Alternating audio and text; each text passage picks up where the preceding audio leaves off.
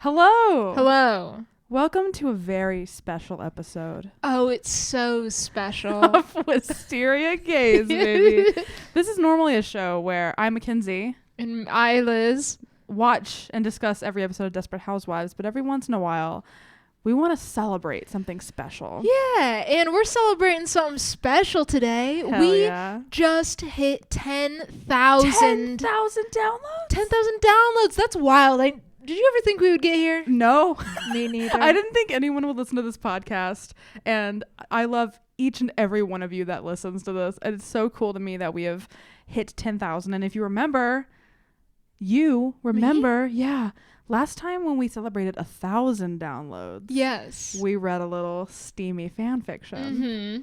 And this time we're switching it up. We're reading more steamy fan fiction. I was curious. I was on the edge of my seat. I was like, oh, do you have something planned I don't know about? I just prepped fanfic. Yeah. What's going on? Yeah, we're reading some more steamy fan fiction, some of which was submitted by listeners. Yes. Oh, it's more. I feel like it's going to be more cursed than last time. Oh, I've gotten some cursed choices, I believe. Yeah, and I just want to put a warning right here. This is going to be explicit. Explicit sexual content ahead. So just be warned. If that's Yeah. not your jam, feel free to give this episode a little skip. Yeah, and we'll see you next week for back when we go back to Desperate Housewives. Yes. the canon. The non-sensual podcast Yes. that we do. Yeah, I feel like we have a lot of horny jokes on our Yeah. podcast, and this is just like the culmination of those horny jokes. Mm-hmm. So where should we begin? Do you want me to go first? Do you want to go first? I feel like you go first. Okay. So for my first, I'm going to start with what I think is my most tame one. Okay. I've skimmed a bit of these, so I haven't fully read them. But the reason why I chose this one is because it's set around the episode One More Kiss that we just talked about. Oh. Where like Gabby and Tom kissed and then Lynette and Carlos kissed. So this fan fiction is set around that scenario. Oh my God, it's a Lynette and Carlos fan fiction. It's actually Gabby Tom. Oh. So it is called it's called My Favorite Mistake. There's 2 chapters, I'm sorry. Chapter 1 is called The Kiss. This was written by MS Dawn. We will post in the show notes the links to these fan fictions if you want to go support and comment and love on these people for their work. This was published in 2018, so it's pretty recent. Oh, wow. So you ready for chapter 1, The Kiss? Yes.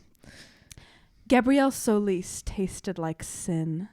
Sweet, sticky lip gloss, a breath of red wine, and pure, unfiltered sin. Jesus Christ. Okay. Tom Scavo stared at his ceiling fan, watching each blade spin lazily in succession, trying to will himself back to sleep. It was impossible. Despite the 4 beers he'd thrown back at the Vandekamps, Tom was wide awake. His wife, Lynette, slept next to him soundly, her breathing labored, back turned toward him, unaware of her husband's racing mind. Tom preferred it to stay that way. If Lynette knew he was thinking about his kiss with Gabrielle, she'd be furious. That's not to say she wasn't already furious about what happened, but Tom would wait for that argument in the morning. He knew it was wrong, but as hard as he tried, he couldn't stop thinking of how Gabby tasted. Jesus Christ. How her lips felt against his own, how her hands felt against his face. How she tasted like a nice little Caesar salad. I love a Caesar salad. She tasted like anchovies. How she tilted her head upwards to kiss him deeper, and he found himself so lost in her that he returned the favor. They broke apart with a pop. I can't do it. Can you do a popping noise? Oh, there we go. He could feel all the blood in his body rush to his face, relieved it hadn't traveled to another part of his body. No. His dick. He tried to play it off like a silly joke between friends, but he looked at his wife a moment later and he knew she'd seen it too.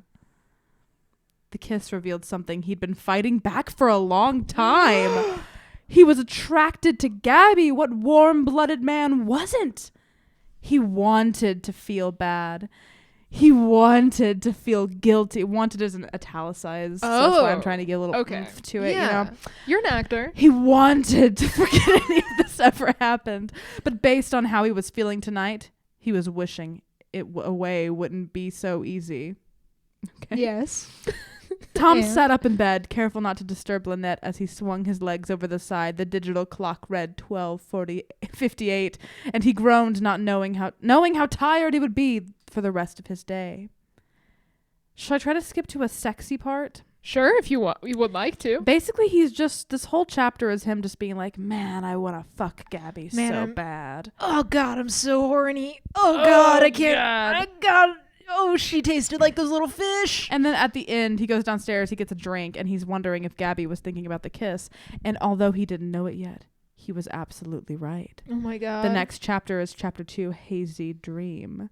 And I'll skim this real quick because this is Gabby's part. Oh. So the first dream was Tom agonizing over the kiss. This is Gabby. Gabrielle Solis paused at her vanity mirror to take a look at herself as she passed to go to the bathroom. She had just woken up from the strangest dream where a sandy-haired man swept her from her feet, his hazel eyes studying her endearingly, and she felt the urge to kiss him again. Oh, my God. Italicized. Again? She frowned, breaking her stare to venture over to the toilet, trying to make sense of her hazy dream on the toilet, I guess. There were strong hands, a wide smile that stretched from ear to ear, minty breath with a touch of hops. Those are my strong hands. Oh, okay. She gasped as the realization hit her. The man in the dream was not her husband. It was Tom Scott. She thought the sandy-haired man was Carlos. That's... Oh, yeah. Yeah. Oh my God, that's Sandy Harris, not Carlos. This was Tom, Lynette's husband, a friend, never anything more. She had never thought of him in any other way than just the man who lived down the street. Italicized. So why are you thinking about kissing him again? I wonder if that's like her brain. Like her brain on the inside's like, bitch. Yeah. Why are you thinking about kissing him? How dare you? Frustrated, she finished her business. Flushed. She was on the toilet. She was pissing. That's funny. Then stormed back to her vanity to look in the mirror again. This was silly. It was nothing more than a kiss. She forced herself to laugh at the notion that it could possibly be anything more, but she felt uneasy as she turned the light back off and climbed into her bed with Carlos. She curled up against her pillow and closed her eyes. Dream Tom appeared almost immediately, shirtless, outside mowing the Scavo's small lawn. She has a thing for gardeners. Oh my God. They just took the thing for gardeners and just put it on top of Tom. Oh my God. Gabby watched him carefully, enjoying the sheen on his skin from the sweat that formed in the hot sun. His back muscles strained through each swift movement of the grass. John Rowland had taught Gabby that mowing the lawn was an art form, not just a little fantasy. And Tom Scavo was doing just that. You know, because he mowed her lawn so many times. Yeah. He shaved her pubes. Wasn't that the implication that one time? I think so. Oh my God. But Tom was better because it was hot. She squirmed against her silk sheets, imagining what it would be like to touch him, his arms sticky with sweat, his surprised puppy dog eyes that widened when they took her in. When she'd kiss him, it was soft and genuine, something she hadn't felt from Carlos in a long time. It was refreshing, the newness of his lips, of his breath, of his surprised, flustered reaction. Suddenly the dream shifted, and Gabby was kissing Tom Scavo once again. And that is My Favorite Mistake by MS Dawn. A little bit cut out for time, but that's yes. it. I loved it. Very beautiful. Thank you. I'm very excited about it. Should we stay on the explicit train or should we dive into something a little more tame? Go with your heart, King. Go with your heart. Okay. Maybe because I have one explicit fan fiction, but it's also very cursed. So maybe I should save that one. Okay. I have one that's much more explicit as well. Okay. That was more dream sequences. I have one where people are fucking actively. Okay, and so do I. Thank God. I guess I'll do a little bit of a tame one. Okay. This one is called Where 5 Housewives Haven't Gone Before by Jennifer Oksana. Okay.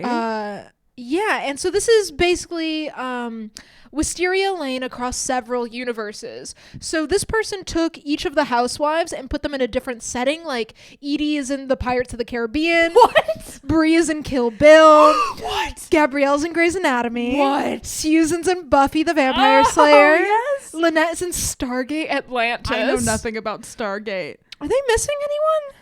Those are like the main ladies. 5. Bree, I feel like there was another one. Helen, I don't know. Helen Rowland, Yes. John's mom.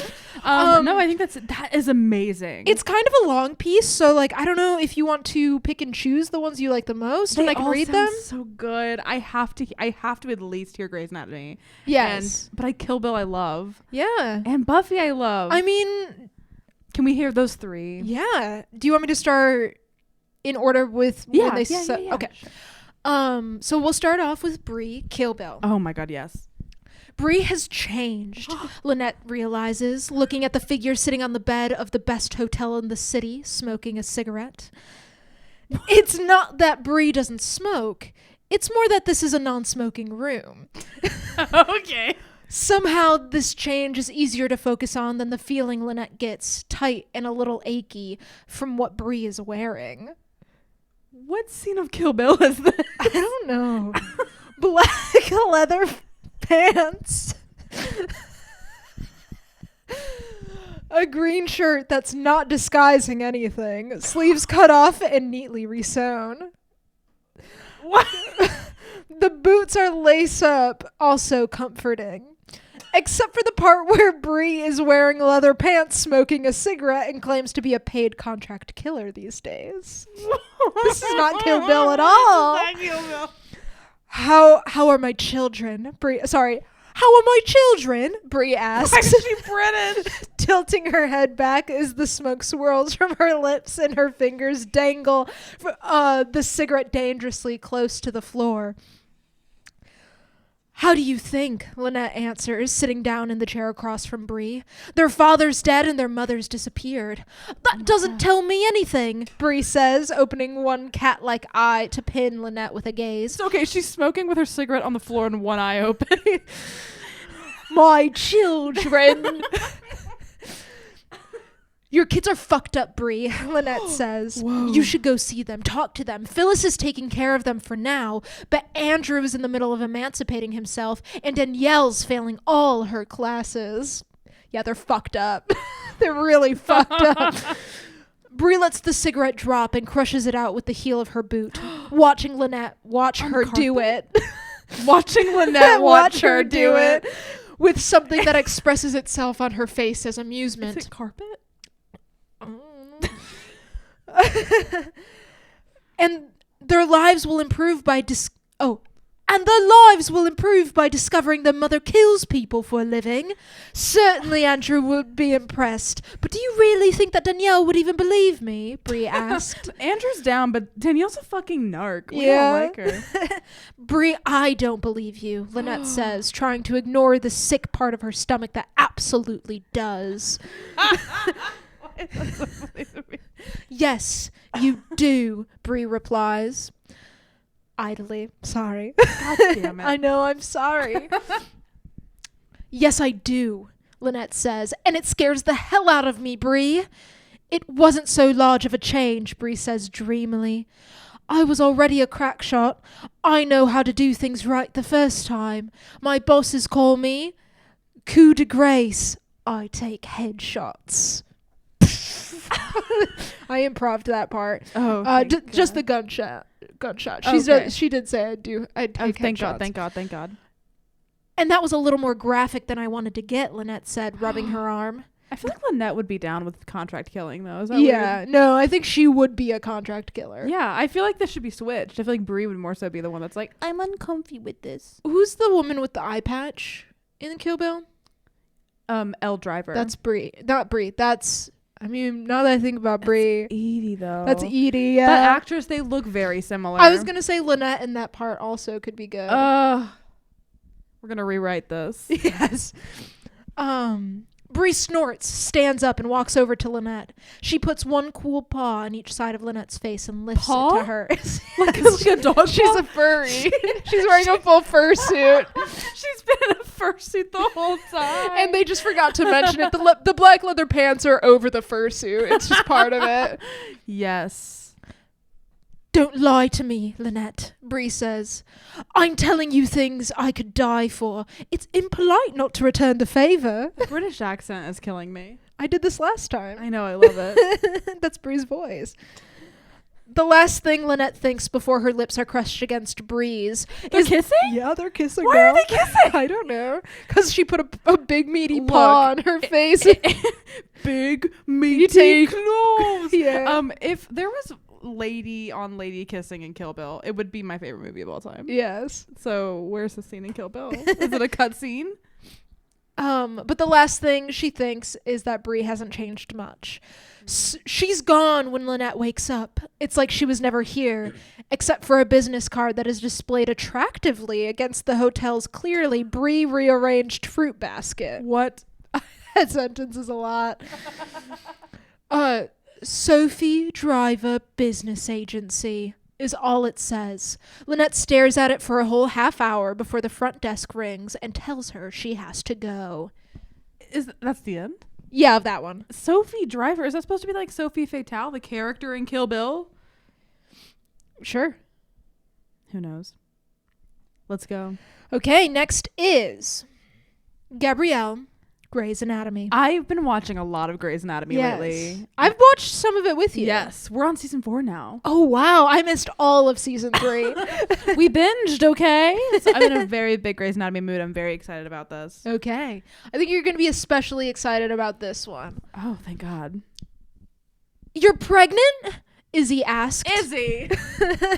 Digging another spoonful of ice cream out of the carton of custom-packed sweet cream. That's wild. I thought that you were child-free for life and all. That's my Izzy voice. It's good. It's good, Katherine Heigl. Thank you. I was. My idiot husband replaced my birth control with a placebo, Gabrielle replied, shaking her head. So is she friends with Izzy? Yeah, I guess so. They both work in the hospital together. So she works here? Probably. As a doctor? I'm just assuming. Okay, keep I going. wasn't given an origin. What is the chapter background, before? a prologue. A prologue. Keep going. I believe in you. I want to know with the T. I'm so glad you could come visit from Seattle. Oh, so she's visiting. Okay. I still don't know why you decided to become a surgeon. You could still be at the top of your game in New York.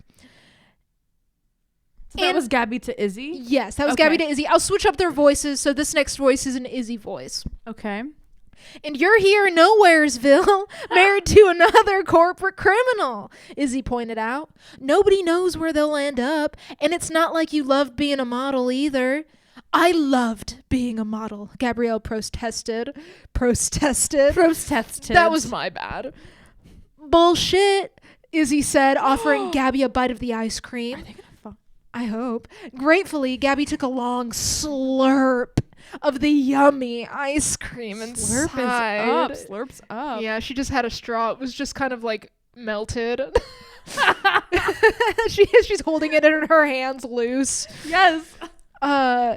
Patting her stomach. You liked the sparkly money pretty. What? You liked the sparkly money pretty, but if you really loved it, you'd be out of here. Sparkly money pretty? Yeah, you like the sparkly money pretty. Maybe that's what it meant. I like the idea that it's just sparkly money pretty is like a single noun. Yeah. It's one word. Gabby sighed. You're right, she said. I fucked my teenage gardener. I'm having sex with a giant dickwad because he's pretty, Izzy said, and he's not even good at sex. Are they talking about Alex? I don't know. What character are they talking about? I don't know who the baby's father is, Gabrielle added, starting to laugh. I think I'm attracted to women, Izzy said. That did not happen in Grey's Anatomy. Yes, it did. Well, they were with Callie, but not with Izzy. That's fair. Oh, if Izzy and Callie had hooked up or something. Gabby paused. Looking a little bit. Mildly looking. Gabby paused. I see I can always bring the conversation. Oh, sorry. I see I can always bring the conversation to a dead halt. You're gay? Gabby asked. Is that why you left modeling? Too much temptation. What? Gabby's like, so you want to fuck every woman you're around? Yeah. I get it. Is that not what being gay is? Oh, I forgot to tell you. I forgot to tell you when I told you what being gay is like. Oh. You just want to fuck every person of the same sex you're around, yeah. Oh. Izzy snorted. Gabrielle, I like you, but that was a dumb thing to say, she said. Okay. Even for you, the master of dumb-sounding one-liners. Izzy's calling Gabrielle's homophobia out. She's getting fresh. I like Izzy better in this fanfic than I do in the entirety of Grey's Anatomy. Yeah. Gabrielle puffed out her chest and laughed. They're so fabulous, though, she said. Everyone thinks I'm too stupid to walk and chew gum. What's there? Like her tits? Is that why she put her chest out? I guess. So she's like, why wouldn't you want to fuck me? Look at my fabulous titties.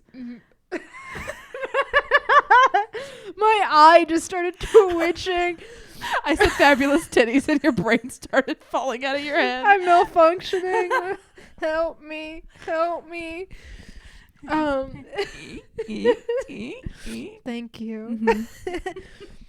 Everyone thinks I'm too stupid to walk and chew gum. It's a cunning disguise. Yeah, and it worked out so well for you, Izzy pointed out, looking around the Solis home. How long is he in jail? Few months, Gabby said. I think I love him, Izzy. It's stupid, but Hey, you have ice cream on the corner of your mouth.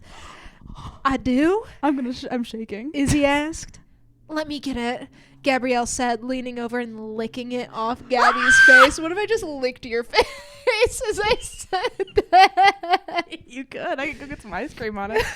If you want something tastier than my skin tastes. Are you seriously trying to come on to me? Izzy asked, pulling away and gaping at Gabrielle. What does that mean? Who was trying to smile her sly and smug smile. Is this your cunning disguise, or are you just sure that anyone who would have sex with a woman wants to sleep with you? Gabrielle folded her arms around herself to enhance her cleavage. Either. Both, she said. What do you say? They cut off right before the sex? Yeah. That's not fair. I mean, they cut off last time as well. I respect you. Do you want to go to Susan, Buffy the Vampire Slayer, or what? You want to shift? We can switch. I feel like we read 2 of them. I feel like it was pretty long. If anybody else wants to read this, that is, once again, by Jennifer Oksana, called Where 5 Housewives Haven't Gone Before. Hell yeah. Now to play some cool tunes.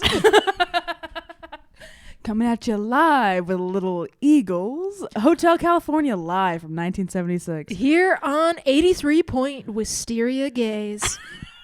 I would love to have a radio station. So would I. Okay, I've got another one for you. Are you ready? Yes. I thought you died. I did.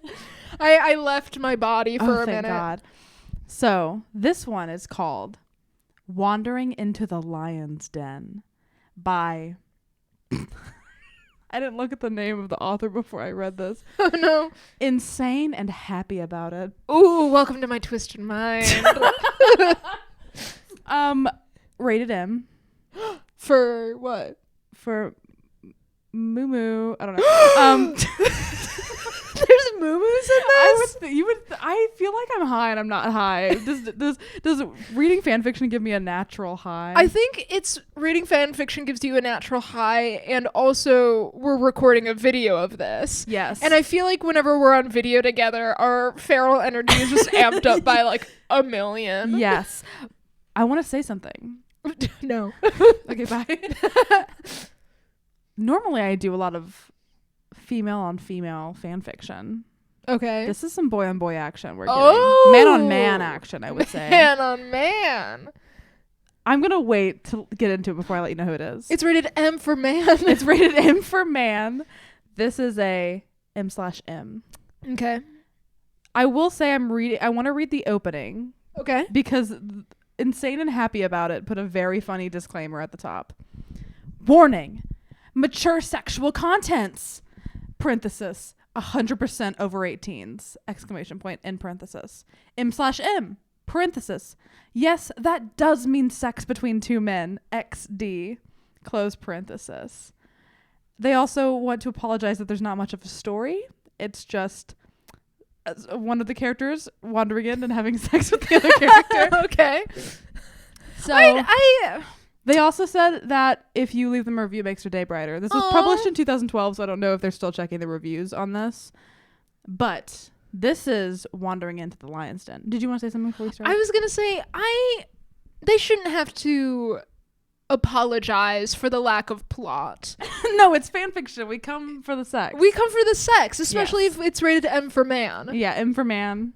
Okay, I'm very excited for the reveal of who this is about, okay? Okay. The door made a soft screeching sound as Tom Scavo pushed it open. Okay. He'd knocked 5 times, but nobody answered.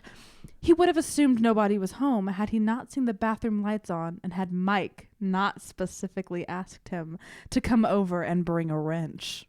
What's Mike going to do with that wrench? He's going to stick it in his asshole. He's gonna put it on his dick and spin it around. Is that how sex with men work? Yeah, surely. Yeah. Hello, Mike? I brought that wrench you asked me for. His voice boomed around the empty space. Tom mentally shook himself and told himself to man up. He was getting spooked because it was dark outside. He hurried to the nearest light and closed the door behind him. He hoped Mike wouldn't get angry at him letting himself in. He did bring the wrench after all. Yeah. I'm sorry, I made eye contact with Rachel. I want everyone to know, video and podcast form, my girlfriend is about 25 feet away from us listening to us read fan fiction. And is slowly just making a shell. You know what? If you can't handle the heat, get out of the fan fiction. Oh, fuck. Are you even home? When his question wasn't answered, Tom added the following. Well, okay then. I'll just leave it here on your coffee table and I'll go. He went, I don't know why I'm acting so much. He went inside the living room towards the coffee table. Once the tool was down, Tom took a second to look at the vacant room in front of him. He could easily tell Mike was a single man living on his own from the messy state of his carelessly thrown clothes or magazines. It wasn't cluttered. Didn't even compare to his house on a normal day with having 4 kids. Just messy in a strictly manly manner. Oh. This was the first time Tom set foot into Mike's house on his own since the plumber only moved onto the street a few weeks ago. Oh, so this is like this is early season Mike. 1. It's early season 1 Mike. He remembered the first time Mike made an appearance. He turned quite a few heads. No big surprise since he was so yummy. There was an ellipses. I tried to give it a little energy. He's got to slurp him up. He was one of the guilty heads in question, and if he was being honest, he had to admit his mouth went quite dry. Of course, this was just one of his dirty little fantasies. There was no way he would ever act on it. He was a married man after all, and he loved Lynette. As much as he wanted to rip Mike's shirt to pieces, his family came first. Tom wasn't sure he would still think the same way if faced with his secret heart's desire all alone in his house. So he decided he had to get out while he still had the chance. As soon as he turned, he was forced to stop. He missed his chance. His jaw dropped slightly open and his body refused to budge. Holy shit! Was that Mike standing in front of him with only a towel around his nether region? Oh my god, like in Grey's Anatomy! Water trailing down his chiseled muscles. Holy shit! Second time in the same paragraph. Hey, Tom. Thanks for bringing that. Sorry I didn't hear you. I was in the shower. Mike smiled lazily while running a hand through his wet hair, his eyes studying Tom carefully. Maybe studying. They put studying Tom carefully. His eyes had a mischievous twinkle in them. Tonight was one of those nights where he just had to have some fun, and Tom Scavo was the perfect sacrificial lamb. You know, because he's got that wrench. He's gonna cut him open and sacrifice him to God. You okay, man? He took a step towards the paralyzed, dirty blonde and watched with growing satisfaction as Tom flinched. Oh, this was exactly the sort of fun he had in mind. Yeah, of course. Wrench on the table. I should get going. Yeah. Tom backed away and made an incriminating mistake. He took his eyes off Mike. The lion pounced. Oh, it's going in the lion's den. Now the name of the fanfic makes sense. The lion pounced, and before the lamb understood what was happening, he was being devoured. Tom had a second to gasp. This is about cannibalism. Mike is just eating him. Tom had a second to gasp softly before his lips were controlled by Mike. Large, strong hands ran across his shirt and soon pressed against his bare skin, sending his entire nervous system ablaze. Mike was all man. His strong scent, his powerful muscles. It's funny for me because I don't look at men in a very sexual manner. So it's just like, I'm like, wow, this is how the other half lives. This is wild. All man. The sort that was in control. Rough, but not pushy. His tongue rubbed against Tom's in a tetanizing manner? His what? His tongue rubbed against Tom's tongue in a tetanizing manner. Like a tetanus shot? Yeah, like a tetanusizing manner. That's what it says. Until the other gave in fully and the two slippery muscles danced together in tune. The slippery muscles of the tongue. Tom wasn't sure how he ended up on the couch with Mike on top of him, where his shirt had gone, or why his jeans and boxers were being pulled down. All he knew is that he didn't want it to stop. Oh. So it's consensual. Okay, he's just like, how is all this happening? Dick's out. And he's like, whoa. No, it's consensual, I believe. Okay. Good. Yes. Because he said he doesn't want this to stop. Mike's cording muscles branched along his arms when he flexed. Then Tom had to bite his lower lips to stop from moaning. Sure, he had a few dirty dreams involving this hunk from across the street, but the real deal was so much better. Mike's slight stubble scratched his skin as he moved away from the lips to the throat. His tongue lashed out in a snake-like manner, licking a trail all the way down from his jaw to his collarbone. Mike's thin lips closed around his shoulder skin, and he bit not so gently, leaving a blazing red mark. Tom was too far gone to understand the implications of a sex mark. What if Lynette saw it? What would her assumption be? No, he refused to think of his wife, not while he was being fucked by another man. I only think of my wife when I'm being fucked by another man. Me too. Oh, the next sentence is very funny. Mike's lips descended even further and closed around a perky nipple. I love a perky nip.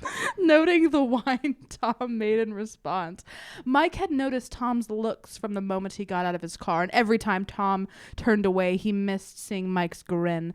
The more time passed, the more he'd found himself wanting to do this, but had no intention of breaking up a marriage. Until now, I guess. That's why he invited Tom over, to see if he would come.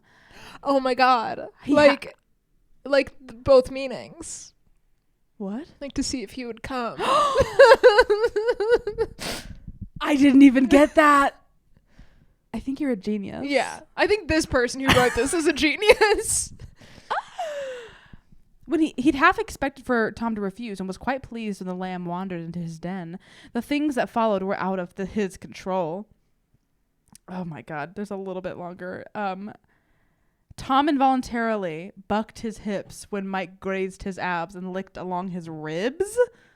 He never get in those ribs. Get those baby. barbecue. Get that barbecue sauce up in my there. baby back, baby back, baby back, baby back. Chili's baby back ribs. You gotta lick him. You gotta lick him. He never knew he was sensitive there. He was also very aware of where Mike's hands were. They rested on his thighs, just below his twit. Say it. Look in my eyes and say it. Look at me. Say it. I sound like a tea kettle. Beneath his twitching member. Beautiful. just out of reach in a teasing fashion. Was he supposed to beg for that delicious friction? Because he was ready to do that. Luckily, Mike picked up on his growing impatience and decided to reward him with a courtesy stroke. A courtesy stroke. This one's for you, dude. You look like you could really use it. You look like you need a little bit of a stroke. I'll give you a single one. One stroke. I don't want you to want it that bad. Why is this the most fun we ever have? His fingers closed around the shaft and moved along it so suddenly that I'm flustered. Tom gasping and moaning from the unexpected wave of pleasure. Mike's movements were rapid and oh so good. At that rate, Tom wasn't going to last long, and Mike's sinfully amazing tongue tracing circles around his perky nipples. He was a goner. Just as everything was about to be pushed over the proverbial edge, everything came to an abrupt stop. Oh no, who's here? Tom whined and furrowed his brow in confusion. Where was the damn pleasure, Mike? He could hear Mike's soft chuckle and some noises. He was fumbling around Tom looking for something. What the fuck could be so fucking important that he couldn't wait a fucking second? This is the writing. This is not me. To say Tom was pissed was an understatement. He wanted Mike's hand back on his cock where it belonged, not to the couch for looking God knows what. As for the answer to his previous question, his answer was obvious when a lubricated finger pushed inside his tight entrance. His tight entrance. Oh, okay. The intrusion was completely unexpected, and Tom's spine bridged. He wasn't a virgin down there, at least not finger-wise. He'd never gone all the way with another man, but he'd done other stuff. In some ways, Mike Delfino would be his first. Mike continued to study Tom's quickly changing expression. With each thrust of his fingers, the blonde expelled some sort of curse or lewd noise, and it didn't take long until that wasn't enough. Mike added another two digits? Like he put 24 fingers inside of him. He has both hands inside, making sure Tom would be stretched properly for what's to come. Beautiful. The incinerating wall of muscles swallowed his digits greedily. Gulp. He shuddered to think of how those same muscles would close around his neglected cock. Deeming him ready, Mike pulled back and wasted no time slipping on a condom. Safe sex. Safe sex. Stay safe. Always wear a condom. Always. Protect yourself. Tom's long legs were hooked over Mike's shoulders, displaying great dexterity from the blonde. Mike leaned to capture the full, panting lips below him before diving his erection all the way in. Hell yeah. He swallowed Tom's shocked noise and paused a moment, giving him some time to get used to the feel of being entered by someone much more filling than some fingers. Mike's tongue concentrated on Tom's sensitive skin along the ridges of his arched throat. It was his way of soothing and calming the other man. Mike, move. What? Mike didn't need to be asked twice. He was more than happy to comply with the lamb's wishes. He was big enough to manage hitting Tom's sweet spot without having to waste any effort looking for it. And when that switch was turned on, it was like watching a man come completely undone. I promise it's almost done. It was a sight worth seeing. Mike continued to deliver thrust after perfect thrust, rocking Tom's entire frame. With the power of his movements, basking both of them in a fresh sheen of sweat. Their raspy breaths and incoherent words mixed in a perfect symphony of desire and lust. The heat radiating from their burning bodies was intense enough to ignite the house on fire. It wasn't surprising when Tom was finally hit head on by his orgasm. An orgasm resembling a fast-moving train. Okay. Strong enough that Tom was reduced to seeing stars and turning to mush in Mike's arms. He's like completely taken out. He dies after this. Mike continued to thrust a few more times into Tom's considerably tighter entrance. Did it get tighter? Before he lost all manner of control, he fell across Tom's sated body, drained from the workout of sex. His skin was damper than when he just got out from under the shower, and he hoped he wouldn't catch a cold. Mike just fucked this man's brains out, and he's like, man, I hope I don't get sick tomorrow. I'm feeling a little cold coming. I'll have to get some Tamiflu. God, I feel a little too relaxed. I think I opened myself up to something. Holy shit, Mike. What the fuck was that? Tom's words were still raspy, and his throat was raw from the screaming. He was screaming? Everyone's like, that Mike Delfino is awfully suspicious. We keep hearing noises come out from his house in the middle of the day. We keep hearing screaming of another man. Maybe he did kill Martha Huber. Tom wondered if Lynette heard him screaming from all the way across the street. Holy shit. That was you welcoming onto Wisteria. That was you welcoming me onto Wisteria Lane. Thanks. Mike had a cocky grin playing on his lips that made his entire face look 20 years younger. Sure thing. Anytime. And that was that. Wow. I want to give that one a round of applause. Oh, yes. Who wrote yes. that again? Insane and happy about it. Okay. On fanfiction.net. And what's it called? Wandering into the Lion's Den. Beautiful. Let's keep the sexy train going. Ooh, we're getting sexy still? I'm worried this might stop some of the sexy momentum. Okay. I also want people to be able to skip this if it makes them upset. I found a George Williams fan fiction. An explicit George Williams fan fiction. Oh no. It's rated M for man, but there's only one. Who does George Williams fuck? Who do you think? It's Brie. It's Brie. I start crying. I cannot read this. I want to know. Can you show me? I want to know about these strangers like me. I also I feel like we should put in the timestamp in the description of the episode in case people would like to skip it. Please. Because that is fair. I just thought this was a really cursed just read thing. explicit gay sex to people, and Yeah, but whatever. whatever. It's not George, is it? But I mean, we warned people at the beginning we were gonna get explicit. This is all also 100% consensual yes. and things like that. I would never read a fan fiction that is not. I don't think. No. It is called Hole in One by, I guess I wrote it because it's Liz Teroid, like asteroid, but with Liz in the beginning of it. On fanfiction.net. Hole in One. Like hole. You know? Like your hole. Which one? There's multiple holes. You get to decide that for yourself. I can't tell you which hole you're thinking of. Please, King, read this to me. I'm gonna let it wash over me. I'll do character voices for both of them. Okay, thank you. Should I do the same Brie voice as earlier or a different one? A same Brie voice. Okay. We gotta stay consistent. This is the canon of our world, you know? Okay. Hole in One. George Williams, a pharmacist in the town of Fairview, had been seeing Brie Vandekamp, a doctor's wife, for almost 2 months now, and on this day, he had taken her to a mini golf course. Not the usual place for a date, but Brie didn't think anything of it, since she saw it as they were friends. I like the exposition they're giving us. So maybe people who don't watch Desperate Housewives could come to this and still find enjoyment from it. Yeah. I was gonna say something else. Still get off. Yes. Yeah.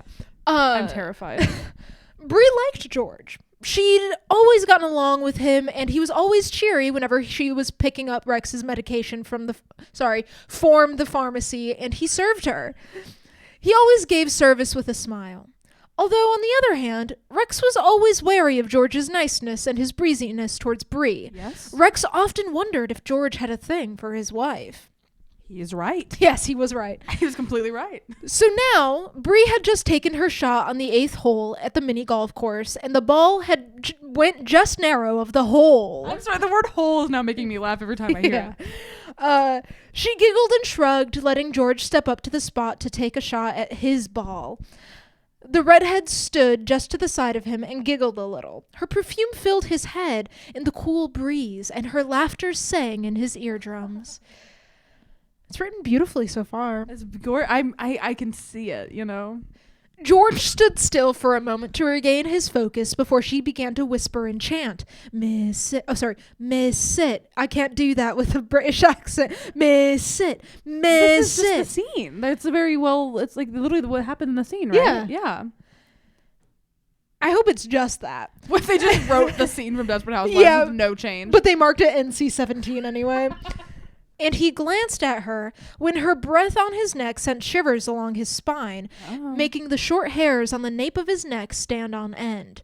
Once he had turned back to concentrate on the ball, he felt aroused suddenly when she let her fingers walk up his back. Iconic moment, which was it was in our in memoriam. A lot of people pointed out the moment where George got a boner during golf. Yes, I'm glad that we get to bring it back now. This is for all of you out there. If you're still listening.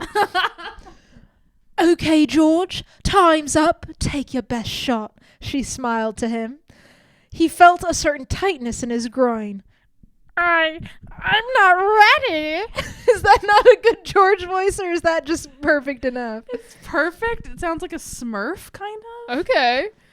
There are people waiting. Come on. He swallowed. I just need a minute. The family behind had been waiting for some time, since Bree had insisted on George putting. You can't put the word pudding in a golf setting. Putting on sunscreen, and he lending her his golfing glove. Yeah, you just have golfing gloves for mini golf. That's so funny. But now they didn't seem too bothered and just moved on to the next hole.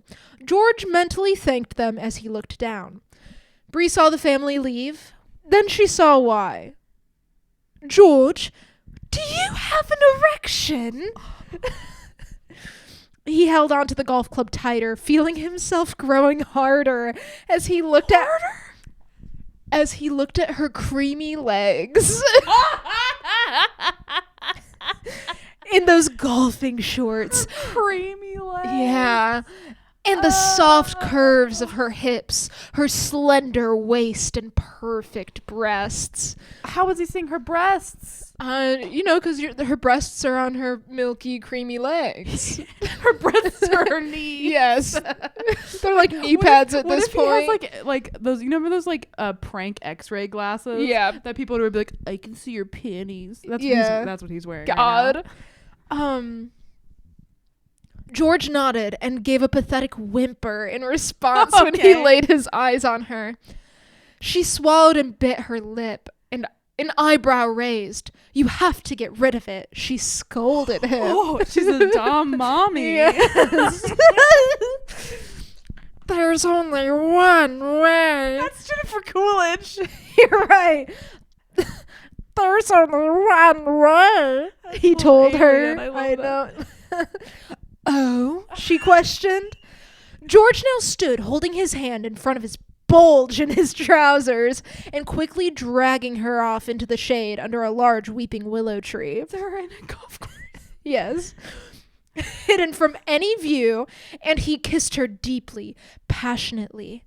Bree let him. She had not had any contact of the sort from Rex in over 4 months, and she craved to be touched in the way George was. This is when Rex is still alive, right? Rex is alive here, yes. Oh, wow. Swiftly, he got them both to the ground and lay on top of Bree. They're in public! But they can't be seen by anybody because of the big weeping willow. Swiftly, he got them both to the ground and lay on top of Bree, wriggling out of his trousers and boxers as he tugged down Bree's golfing shorts. Finding she was wearing no panties. No, she's going commando under her golf shorts. And he quickly thrust into her. What? Ripping a ragged moan from her throat. Okay, he's not having safe sex, and that's why George is a villain. Yes. Safe sex. Wear a full body condom. Wear a full latex suit when you have sexual relations. And go fully inside someone else. It didn't take long for George to climax. Obviously. It had been a long while since he had had any sexual release. And he rolled off Bree panting, leaving her completely puzzled and almost shamed. What? That's valid, girl. You just fucked George. At what had just happened. She looked to him and frowned in disarray, as George simply said, "Hole in one," and smirked So he'd got one up on Dr. That's bolded. Vandekamp. Hole in one. He just screamed that after he fucked somebody. And then somebody off to the side was like, "Oh, I didn't know there was a course over there." Oh my god. And then there's an ending author's note that said, "Should I continue? Let me know." When was this posted? Oh, that's a good question. This was posted November 21st, 2008. I wonder if they ended up doing more. I mean, there's no more chapters for this. Oh, yeah. Rip. But if you want to read that in your own time, Liz Toroyd on fanfiction.net called Hole in One. Amazing. So we decided to hold off on the super wild, really long one until our next time because it's very long. It is very wild. And we're going to close out with a fan submission. Yes. Friend and fan, Annie Amon. This is called A Breath Away. Ooh. This next piece has a content warning for miscarriage as it kind of surrounds the episode where Gabby fell down the stairs and lost her baby. So be aware, the timestamps will be in the episode notes if you need them to skip. Hell yeah. How do we want to do this? So I'm seeing that we get a little bit of Brie, we get a little bit of Gabby. Do we want to cast who plays who? Sure. Do you want to be Brie? Sure, because you've been being Brie a lot this episode. Yeah, I'll be Brie. I'll do a different voice for Gabby. Okay, I'll probably do just like my impression of Brie. Okay. Yeah, I'm going to do my impression of Gabby. Oh, perfect. Okay. Who do we want to read the narration? We can switch back and forth. Cool. I'll start. Sure. Brie Vandekamp sat next to a hospital bed, palms folded neatly in her lap. Sensations occupied her attention, the smell of antiseptic, the steady beep of heart rate monitors. They were once features she had found comforting about her late husband's workplace. Oh, nice little drop about Rex being a doctor. Mm-hmm. More than the show did most of the time. Now they were a painful reminder of the last moments she and Rex had spent together. And here she was again, sitting in nearly the same room in which Rex had died mere weeks ago. Gabby nodded in response to the doctor's calm explanations, asking if she understood the thing she had known the moment she fell down the stairs. Her baby was gone. The ultrasound photo was propped up against an untouched cup of water on the side table. Gabby had barely taken her eyes off it since Brie handed it to her in the ambulance. Her hair and makeup were still done up, looking as if she'd just stepped off a catwalk. She would have looked completely out of place in a hospital gown if not for the ugly bruise dashed across one delicate cheekbone. Earlier, Brie had watched the EMTs cut Gabby out of her too tight blue dress. Its hem stained dark red. Oh, wow. They had wiped her down clinically and covered her in a horrible wool blanket, and Brie had almost expected Gabby to make a joke about its unflattering shape, but she had spoken barely 2 words together since the moment Brie found her at the bottom of the stairs. The doctor handed Gabby a clipboard, and she signed a few pages, and then they were gone. They were alone again in the room. They said I have to leave whenever I'm ready. Gabby held up a prescription paper in 2 fingers. Have to get this filed. Of course, Brie replied, soothing immediately, a hand rubbing gently up and down Gabby's forearm. I'll take a taxi back to your house and get you something to wear, then we'll stop by a 24-hour pharmacy on the way home. Gabby hadn't turned her gaze away from the door. A minute went by, filled by steady beeping and a heady touch of skin on skin. Brie, thank you, Gabby murmured. Eventually, I changed it. Did she have like a frog in her throat? She cleared her throat. Gabby murmured eventually, her voice thick. With Carlos gone, I don't know what I'd... It's been so long since I've lived alone, and if you hadn't come, Honey, I'm just glad I can help. This is what friends do. And that was true. Lynette or Susan would have done the same thing to help, but privately, in the shadowed corners of her conscience? I always mess that word up. So do I. Brie was pleased it was her sitting at Gabby's bedside. It may have been her sewing expertise that led Gabby to ask for her help, but Brie wanted it to have something more. You don't have to worry. I'm here for you. Finally, Gabby... So romantic. Yeah. I have little goosey bumps. Finally, Gabby turned to look at her, and Brie wasn't surprised to see the tears pooling along her lash line. Oh. She opened her mouth to speak, then closed it again, shaking her head as if in apology. Bree's heart rose into her throat. Oh, honey. She whispered. Honey, oh, honey. She whispered, moving to sit beside her on the hospital bed. Gabby leaned forward and wrapped her arms tight around Bree, her face pressed into Gabby's shoulder as she shook silently. Bree held her tightly, running a firm palm up and down the length of Gabby's spine. They only separated when the nurse came in to remove Gabby's IV and detach her from the heart rate monitors. This me? Yeah. You'll be okay for a little while. I promise. I'll be back in a half an hour. Bree didn't want to leave Gabby's side, but the sooner they were out of there, the better. She got up, moving the chair back to the wall and sliding her purse onto her shoulder. Yeah, I'll be fine. Gabby said dismissively, wiping away the tear tracks with the back of her hands. It's just, cramps. The doctor said the painkillers would help with that. Bree nodded. She understood that pretending the pain was from something else could offer a safe distance from unbearable realities. Impulsively, Bree leaned down and pressed a kiss to Gabby's cheek. As she tried to straighten, however, Gabby held her there. They were face to face, noses almost brushing. A sudden flush swept over Bree's cheeks as she looked between Gabby's eyes. Was it her imagination, or did Gabby's gaze fall once to her lips? Her stomach leapt, but in the next moment, Gabby pulled her in for a final quick hug. The teasing us. Bree promised she'd be back in a flash, forcing herself to walk from the room.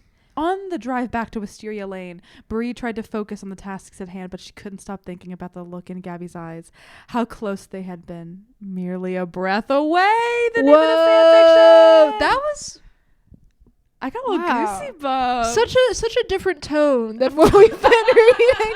Not in a bad way. Not in a bad way. We went from like wild public fucking and adultery to like really beautifully tender moments shared between two women. It's what you call a wind down. we got everybody so horny. Every workout needs a cool down period. Yeah. Because you want to keep your muscles safe. And so this is our cool down. Yeah. And we're so glad that that was submitted by a dear friend and listener. That's awesome. So listeners, truly, if you ever write fan fictions, silly, serious, whatever, if you email them to us or post them in our Discord, we will absolutely read them. Yeah, most definitely. And with that, we have been Wisteria Gaze. If you want to find us on Twitter or Instagram, you can find us at Wisteria Gaze on Twitter and at Wisteria Gaze _ on Instagram. You can also find us on our website, wisteriagaze.com. Or wisteria.gay. The best URL of all time. And also on that website, you can find a link to our merch page, as well as a link to our Patreon. Woo! Our Patreon is great. It's a pay what you can. And you get access to things like our show notes.